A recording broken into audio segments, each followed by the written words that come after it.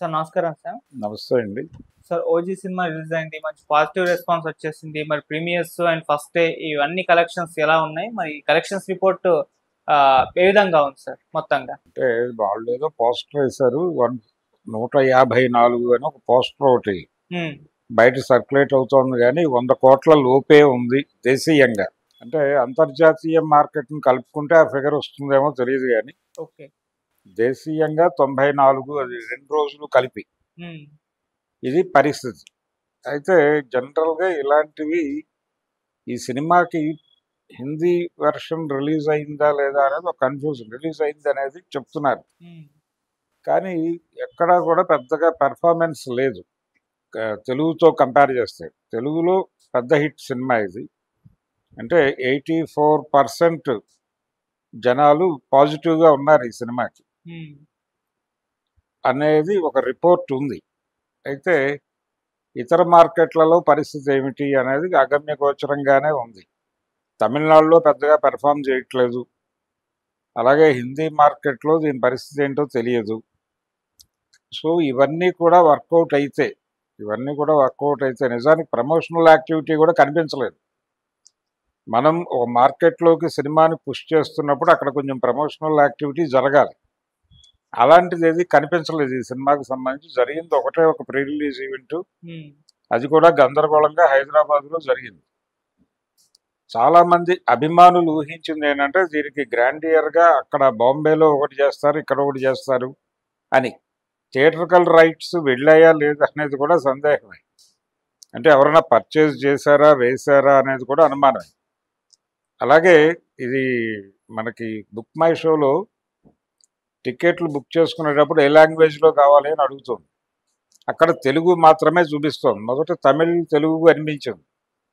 తర్వాత నెమ్మదిగా తెలుగు మాత్రమే కనిపించటం మొదలైంది. హ్మ్. అంటే తమిళనాడులో దీన్ని రిలీజ్ చేశారు, బలంగా పెర్ఫార్మ్ చేయలేదా అనేది ఒక డౌట్. ఇలా అనేక సందేహాల మధ్య ఈ 154 కోట్లు వసూలు చేసింది ఈ సినిమా అని చెప్తున్నారు కానీ బలంగా అధికారికంగా అయితే 94 దేశీయంగా వచ్చింది అనేది అయితే అర్థమవుతోంది. ఇది కూడా పెద్ద అచీవ్మెంటే. అంటే దీనికి రన్ వస్తోంది. అంటే డే బై డే పెరుగుతోంది. ఈరోజు పెరిగింది, రేపు నడుస్తుంది, ఎల్లుండి కూడా నడుస్తుంది. అంటే మండే నుంచి కండిషన్ ఏంటి అనేది అనుమానం. మండే నుంచి ఇది నిలబడుతుందా లేదా అనేది అయితే డౌటే. హుహు. అంటే కంటిన్యూ టాక్ అయితే బాగుంది.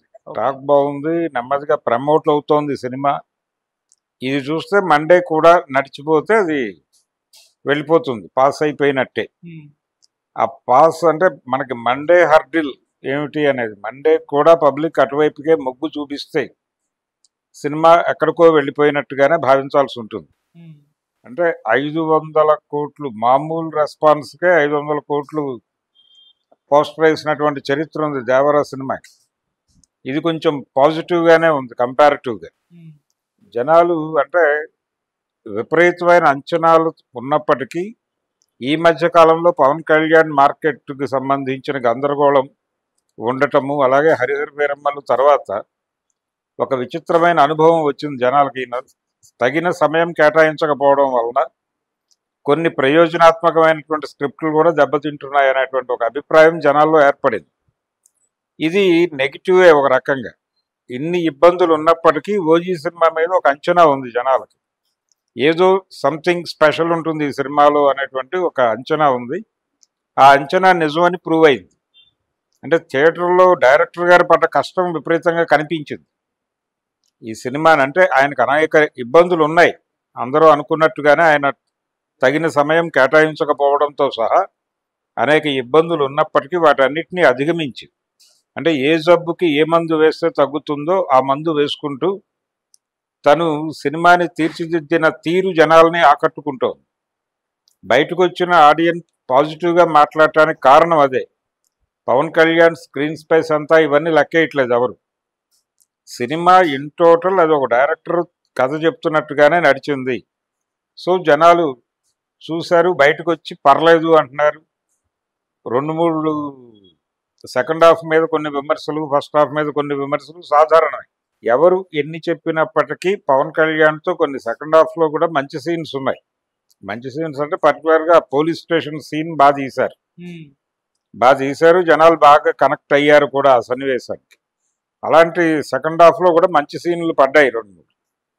అందుకని ల్యాగ్ ఇవన్నీ అనవసరం. అలాగే flash back episode Arjun Das flash back episode ఏదో లాగ్ అయిందని అది కూడా పెద్దగా లాగ్ అయినట్టుగా ఎక్కడ అనిపించదు. సినిమా సీరియస్గానే ఒక థ్రెట్లో వెళ్ళిపోయింది. అయితే తను అనుకున్న పద్ధతిలో తను మొదట ఒక పిక్చర్ అనుకుని ఉంటాడు, ఆ పద్ధతిలో నెరేట్ చేయడానికి ఆయనకి టెక్నికల్గా అంటే హీరో అవైలబిలిటీకి సంబంధించిన సమస్యలు వచ్చి ఉండొచ్చు. ఎక్కువ శాతం డూప్తో లాగించారు అనేటువంటి ఒక విమర్శ కూడా ఉంది. మేబీ మేనేజ్ చేయటమే, అంతకుమించి ఏమీ ఉండదు. ఆ మేనేజ్ చేయటం అనేది సక్సెస్ఫుల్గా చేయగలిగాడు. ఓపెనింగ్ ఫైట్ ఒకటి ఉంటుంది. ఆ ఓపెనింగ్ ఫైట్లో ఒక తెర మీద నుంచి కెమెరా వెళ్తూ ఉంటుంది, ఎవరో అబ్జర్వ్ చేస్తూ ఉంటారు, కింద ఆయన కొట్టుకుంటూ వెళ్ళిపోతూ ఉంటాడు. ఆ షాట్ ఒక 2-3 ఎక్స్ప్రెషన్స్ ఆయన తీసుకుని వదిలేసి ఉంటారు. మిగిలిందంతా వీళ్ళు వేరే పద్ధతిలో తీసుంటారు. డూపులను పెట్టే తీశారు అనుకుందాం. డూపులను పెట్టి తీయటం అనేది కొత్త ఏం కాదు కదా, అది కల్చర్లో ఉంది కదా. గతంలో పెద్ద హీరోలు అందరూ ఎక్స్ప్రెషన్స్ ఇచ్చి వెళ్ళిపోయిన వాళ్ళే కదా. ఆ తర్వాత డూపులు ఫైట్ చేస్తారు. ఆ కల్చర్ ఉంది మనకు కాబట్టి పెద్దగా ఆశ్చర్య కలిగించే వ్యవహారం కాదు. అలా మేనేజ్ చేయగలిగాడు టెక్నికల్గా కూడా. సాధ్యమైనంత వరకు పవన్ కళ్యాణ్ ప్రతి సీన్లోనూ ఉన్న అనుభూతి ఆడియన్స్కి కలిగించడంలో సక్సెస్ అయ్యాడు డైరెక్టర్. అందుకని పాజిటివ్గానే వెళుతుంది మండే కూడా అని ఒక అంచనా ఉంది. అలాగే సినిమాని హుక్ చేసే ఐటమ్స్ కూడా 2-3 తగిలించాడు ఆయన.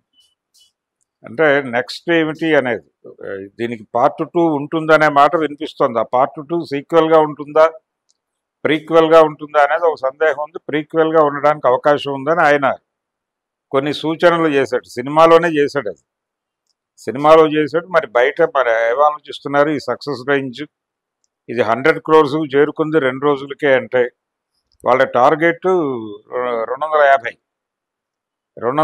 థియేటర్కల్గా బిజినెస్ చేయాలి ఈ సినిమాని, ఓటీటీలు ఇవన్నీ కాకుండా.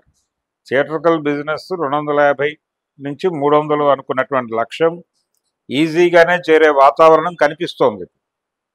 అంతకంటే దాటి కూడా వెళ్ళొచ్చు. పోనీ 400 దగ్గర అవుతుందేమో చూడాలి. ఏదేమైనా పవన్ కళ్యాణ్కి ఒక అద్భుతమైనటువంటి ఒక రిలాక్సేషన్ అయితే ఇచ్చింది ఈ సినిమా.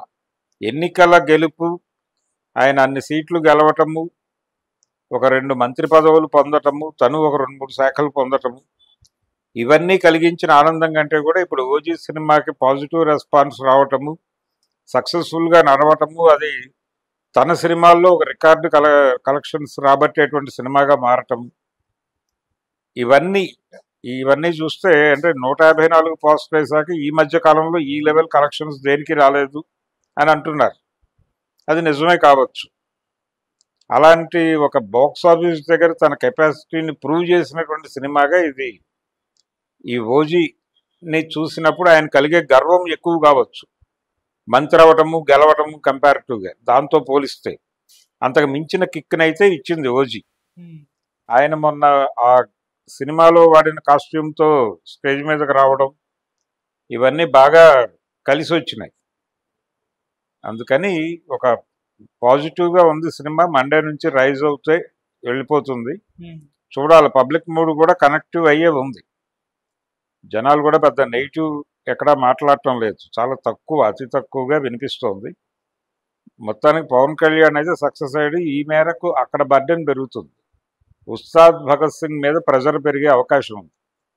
కొత్తగా ఆయన ఏ స్క్రిప్ట్లో ఓకే చేస్తున్నాడు అనేది కూడా ఒక డిస్కషన్ నడుస్తోంది. చూడాలి కొత్త ప్రకటనలు ఏవైనా వస్తాయో. ఇది రిలీజ్ అయిపోయింది కాబట్టి ఇది సీక్వెల్ ప్రీక్వెల్ ఉండే అవకాశం అయితే బ్రైట్గా కనిపిస్తోంది. Okay sir, thank you so much. Thank you.